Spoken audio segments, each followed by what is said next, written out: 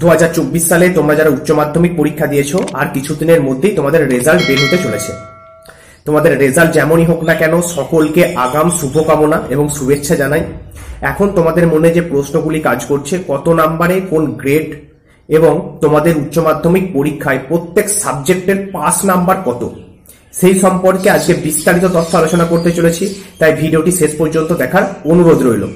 আরেকটি কথা জানিয়ে রাখি, কিভাবে তোমরা তোমাদের উচ্চ মাধ্যমিক পরীক্ষার রেজাল্ট নিজেরাই নিজেদের মোবাইল ফোনের মাধ্যমে দেখবে সেই সম্পর্কে বিস্তারিত তথ্য হাতে কলমে ধরে কিন্তু আমি আগের ভিডিওতে আলোচনা করে দিয়েছি। যারা এখনো দেখোনি অবশ্যই ভিডিওটি দেখে নিও। এখন আলোচনা করছি তোমাদের পাস নাম্বার সম্পর্কে।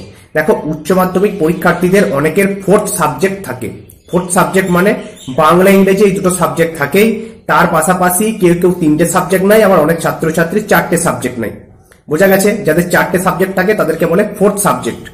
যাদের ফোর্থ সাবজেক্ট থাকে প্রথমে তাদের পাস নাম্বারটা বলি। যাদের ফোর্থ সাবজেক্ট থাকে সেই ছাত্রছাত্রীদের বাংলা ইংরেজিতে পাস অবশ্যই করতে হবে। তার পাশাপাশি যেই 4টি সাবজেক্ট তোমার ছিল সেই 4টি সাবজেক্টের মধ্যে যে কোনো 3টে সাবজেক্টে তুমি যদি পাস করো তাহলেই তুমি পাস। বোঝা গেছে?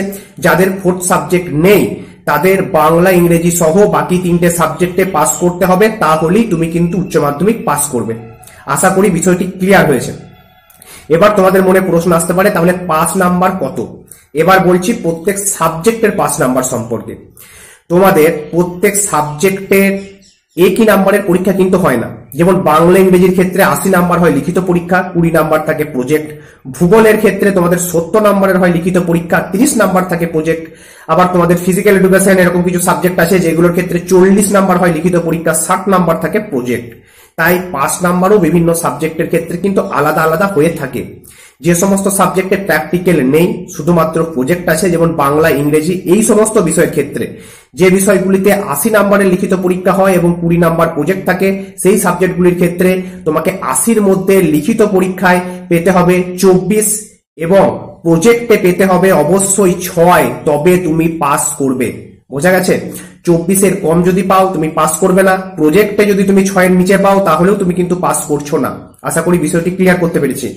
যে সমস্ত সাবজেক্টগুলো 70 নাম্বারের লিখিত পরীক্ষা থাকে, 30 নাম্বার তোমাদের প্র্যাকটিক্যাল থাকে, সেই বিষয়গুলির ক্ষেত্রে 70-এর মধ্যে তোমাকে পেতে হবে 21 নাম্বার এবং 30 নাম্বার যে প্র্যাকটিক্যাল সেই 30-এর মধ্যে তোমাকে পেতে হবে 9 নাম্বার, তবে তুমি সেই সাবজেক্টগুলিতে পাস বলে গণ্য হবে।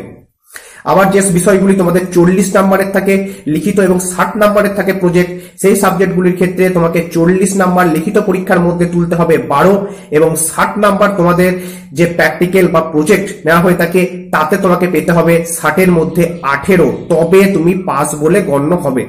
আশা করি এই বিষয়টি ক্লিয়ার হয়ে গেছে। এবার তোমাদের মনে যে প্রশ্নগুলো থাকে, গ্রেড যে রেজাল্টে দেওয়া থাকে এ প্লাস, এই গ্রেড কত নাম্বারের? গ্রেড সম্পর্কে বিস্তারিত তথ্য বলে দিচ্ছি, ভালো করে বিষয়টি মন দিয়ে শুনবে। তুমি যদি 90 থেকে 100-র মধ্যে নাম্বার পাও, তার মানে 450 থেকে 500 নাম্বার যদি পাও তাহলে তুমি পাবে ও গ্রেড। বুঝতে পেরেছো?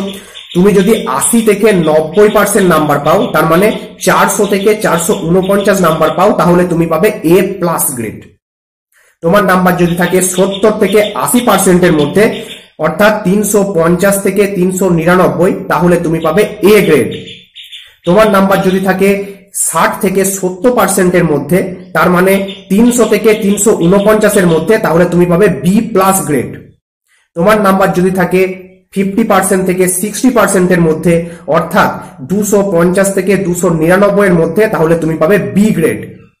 এবং তোমার নাম্বার যদি থাকে 40 থেকে 50%-এর মধ্যে, অর্থাৎ 200 থেকে 299-এর মধ্যে, তাহলে তুমি পাবে সি গ্রেড।